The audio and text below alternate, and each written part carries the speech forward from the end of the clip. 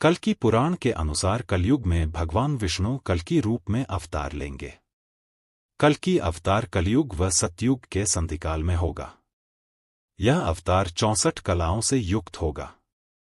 पुराणों के अनुसार उत्तर प्रदेश के मुरादाबाद जिले के शंभल नामक स्थान पर विष्णुविशा नामक तपस्वी ब्राह्मण के घर भगवान कल्कि पुत्र रूप में जन्म लेंगे।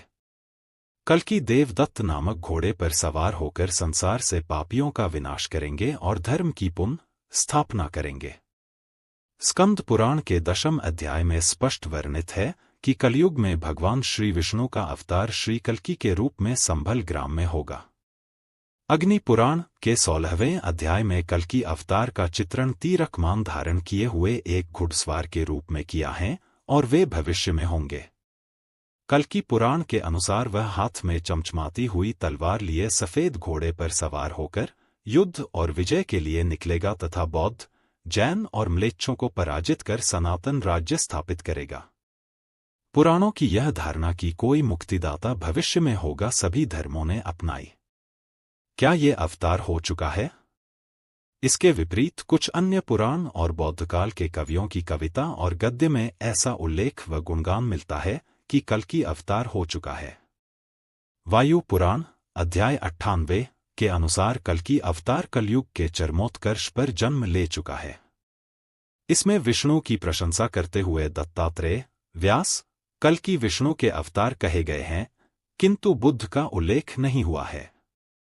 इसका मतलब यह कि उस काल में या तो बुद्ध को अवतारी होने की मान्यता नहीं मिलती थी या फिर बुद्ध के पूर्व कल्कि अवतार हुआ होगा। मत्स्य पुराण के द्वापर और कलयुग के वर्णन में कल्कि के होने का वर्णन मिलता है। बंगाली कवि जयदेव 1200 ई और चंडीदास के अनुसार भी कल्कि अवतार की घटना हो चुकी है, अतः कल्कि एक ऐतिहासिक व्यक्तित्व हो सकते हैं। जैन पुराणों में एक कल्कि नामक भारतीय सम्राट का वर्णन मिलता है। जैन विद्वान गुणभद्र 9वीं शताब्दी के उत्तरार्ध में लिखते हैं कि कल्किराज का जन्म महावीर के निर्वाण के 1000 वर्ष बाद हुआ।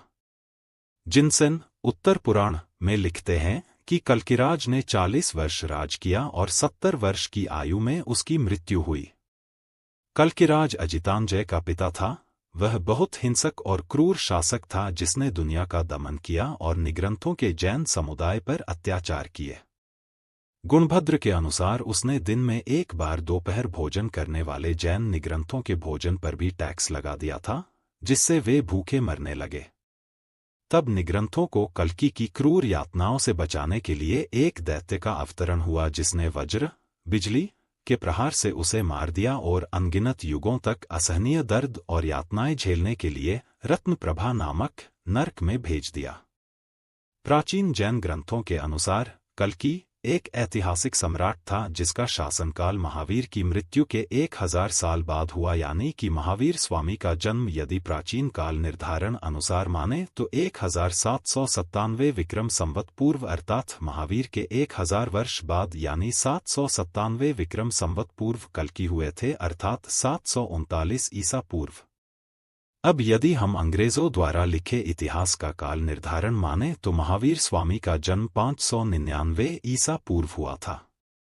इसका मतलब महावीर के 1000 वर्ष बाद कल्कि हुए थे, यानी कि तब भारत में गुप्त वंश का काल था। मौर्य और गुप्तकाल को भारत का स्वर्णकाल माना जाता है।